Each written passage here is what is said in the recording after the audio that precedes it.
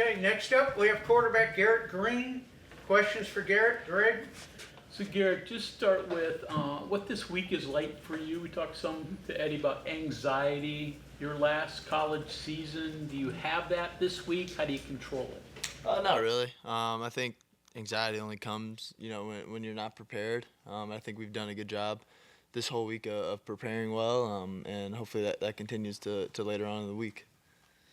Last year's game, new defensive coordinator since then. So did things change a lot for them when you watch? I mean, you can't watch film because they haven't played a true game yet. So what do you know of their defense? What do you look for in the scout? I think their defense really starts with their two edge rushers. I think number 11, number 33 are really, really good players. They're super talented. They're long. They get off the ball fast. And then on the back end, they have some transfers from big schools like Florida and Georgia, who are great in coverage. And then they moved to safety down to nickel, number 1, who's a really, really good player. So they have talent everywhere, but for us, it's just about executing. Back to the game last year. What were some of the things you thought you did well? What were some of the things you're like, I'm a lot better than I was that first game? Yeah, I think just pocket presence. Just watch the tape back from last year. I was super skittish in the pocket. Didn't trust the guys in front of me. And I think that's something that, as I played more in the season and as the season progressed, I got better at. But also, I think we're a better football team than last year. I think the offense kind of got rolling towards the middle of the year, and I don't think we had that opening up last year. Playing in a big atmosphere like this is going to be, what's that like? And as a quarterback, how do you keep your emotions in check when you're playing in front of such a large crowd? Yeah, I think honestly the build-up's probably harder than anything, because once you're out there, it's just like the same game I was playing at Childs High School. So obviously the people are a lot better and a lot bigger and a lot faster, but it's really the build-up that is the most stressful. Having to do all these things because it is a really big game, and people are excited for it. So I think they have a night game. I don't know. I think he may be in Cincy, but he'll have it. He'll have it on the in the clubhouse. Yep. What have you noticed in terms of the mentality, the vibe, and things like that entering this game that's different than last year? And I'm talking about the players, especially the ones that played in the game last year, because you have that experience. Yeah, I think just having a year under our belt, especially offense, like we have so many people returning. Obviously we lost two key pieces last year, but as an offense, having everyone basically return is a huge confidence booster for us. And now it's just about going to play. What do you guys think you did well against them last year offensively? I think we handled the environment well. I don't think that the offense was as good as it should have been, but I think that that's one of the best environments in all of sports, playing there as a night game, and I think our guys did a really good job of handling that environment and handling the emotions of that game. Did you watch the Florida State game? Yeah, I did. It's kind of a strange question, I guess. Georgia Tech offense reminded me, I think, a lot of what you guys are. I mean, the same kind of quarterback and run first and win up front and win physically. Do you feel like you're riding the wave of the future right now with the offense you're running in this? I mean, I think that's hard to say. I just look forward to executing what we do as an offense. So whatever it takes to win. That's what I look forward to doing. You live in that town. What were your takeaways? Obviously, Georgia Tech was the underdog. They won the game. What were some of the things you saw in that game? They're like, yeah, we might be able to do this Saturday. Yeah. So actually, the only guy that I played with or played against in high school was the corner number 3 for Georgia Tech, Amari Harvey. Okay. And he had a pretty good game. So it was cool watching it's cool watching a guy from Tallahassee, make plays against his hometown team. But it was a great game. I enjoyed watching it, especially over in Ireland. I know a lot of my buddies who went to school there. They were over there for it. But it doesn't have any effect on what we do here. What has to happen in upsets? What does a team have to do to be able to beat a so-called blue blood? Yeah, I think just overall execution. I know Georgia Tech, they kind of escaped 2 bullets with the missed snap on like the last drive of the game, and then I think the second last drive or the third to last drive they had a fumble with the quarterback and running back mesh point, so they really dodged 2 bullets there. But I think it's just all about executing and doing what you do at a high level. Is there any carryover within your team from that late touchdown last year? Not really. We're just looking forward to this year. We have a really good team and they have a really good team, so I'm looking forward to it.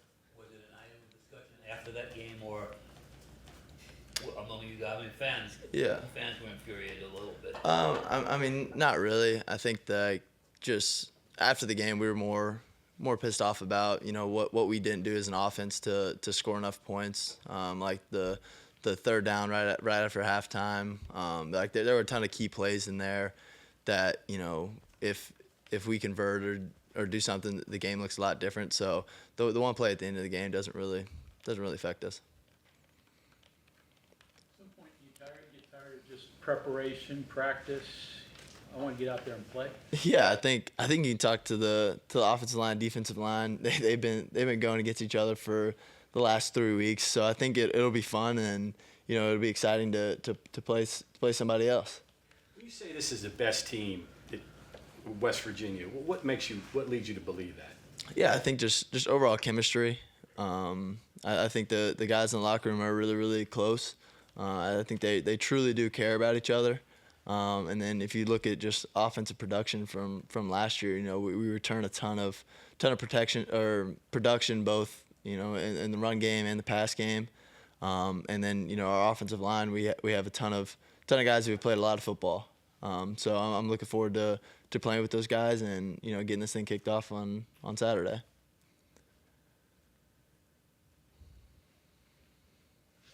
Garrett, I think you've answered a question about their defensive coordinator being new. They have a new offensive coordinator, so new. You've talked about you bring a whole lot back on offense. It doesn't sound like it's going to be the same offense that people saw. Maybe kind of final third of the season on with some additions. Don't give away the tips here, I guess. But how much different, better, more diverse? I don't know whatever you want to say. Offensively, do you think you are? Yeah, I think as an offense we're able to throw the ball in early downs more. I think Coach Brown has more confidence in, me and the wideouts and, the offensive line protection wise. I think that we have more confidence in that. But we're going to do what we're good at. And that's running the football and, taking shots downfield. Would it be fair to say that it's not that you're better at what you're good at, but maybe there's more things you feel like you're good at nowadays?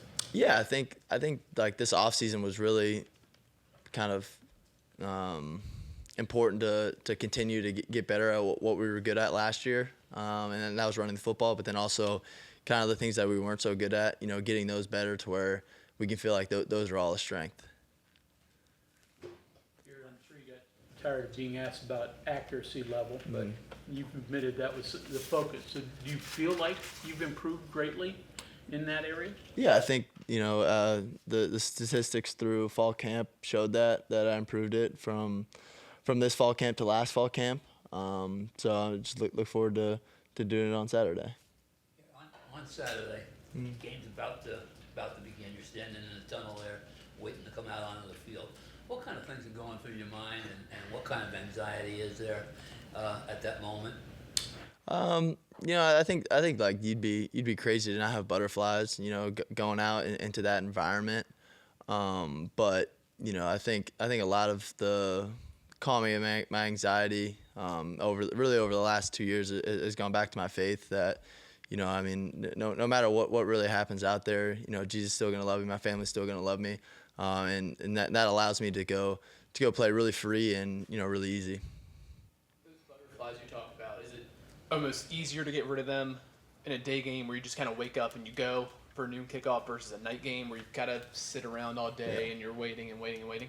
Yeah, it's definitely different. I think, playing up there last year at 7 o'clock, you go through your walkthroughs in the morning, and then you have a big block of time in the middle of the day that you're kind of just watching game day or watching other college football games. So you definitely have more time to think about it. But I think whenever you get to 2-3 hours before the game, no matter if we kicked off at 9 a.m., those feelings and those butterflies are still going to be the same. You a good sleeper the night before? Yeah, I try my best. We're big on the Oura ring, so I was in a self competition to have good scores. So I try to not go to sleep too early or go to sleep too late. I was gonna say because they monitor you now. Then like before you say, "Well, I slept," while they can go look at your watch and say, Yeah. "No, you didn't sleep." Yeah, so Coach Mike definitely has a chokehold on the sleep for sure. You get a lot of questions about your dad. Your mom, I know, is she at every game? How many has she missed? She hasn't missed a lot, especially since I really started playing. My redshirt freshman year, I think she came to all the home games, but I think she missed a few away games. But because I told her, I was like, listen, I don't want you to have to buy a flight just to watch me, on the sidelines. But no, my Mother's Day present to her this year was, taking care of all her travel to all the away games. Because I think it's super important that, she's been my rock through everything, her and my dad. They've been there through it all. So I think it's important that, hopefully my dad misses a lot of games because that means that they're playing well in the playoffs. But I think it's important that she's there as much as she can be, and then, hopefully, in November when the World Series is over, my dad will be at every game. First class tickets for her, or is she going coach, or how's that work? No comment. I'm gonna look at flights, and if it's $50 more for a first class, I'll hook her up. Stick with us for a second. You kind of made the joke about the first couple of years. Did she want to come to games and see you on the sideline? Was she like that type of mom? Was she here for those games? Yeah, no, she definitely wanted to be here, because obviously like the first few years, it was my first time really not playing, in my whole life. So she wanted to be up here at every chance she could. On away games, there's not much time that we could spend together because it's the hotel the night before, you play the game, and then you're on a flight out, right after the game. So, I didn't feel like it was efficient enough for her to come out so I could see her for, 30 minutes. But every home game when we really had time to hang out and see each other, she made it a point to come to all those. Yeah, this is obviously a home game. First time Penn State's been back here in well over 3 decades. Any quick message to the fans to kind of help you guys out with this one? Yeah, not really. I think the fans are already really excited. I know the blue light will be rocking and rolling before I wake up. So I'm looking forward to being out there, and playing in that environment. Okay, thank you very much. Thank you guys.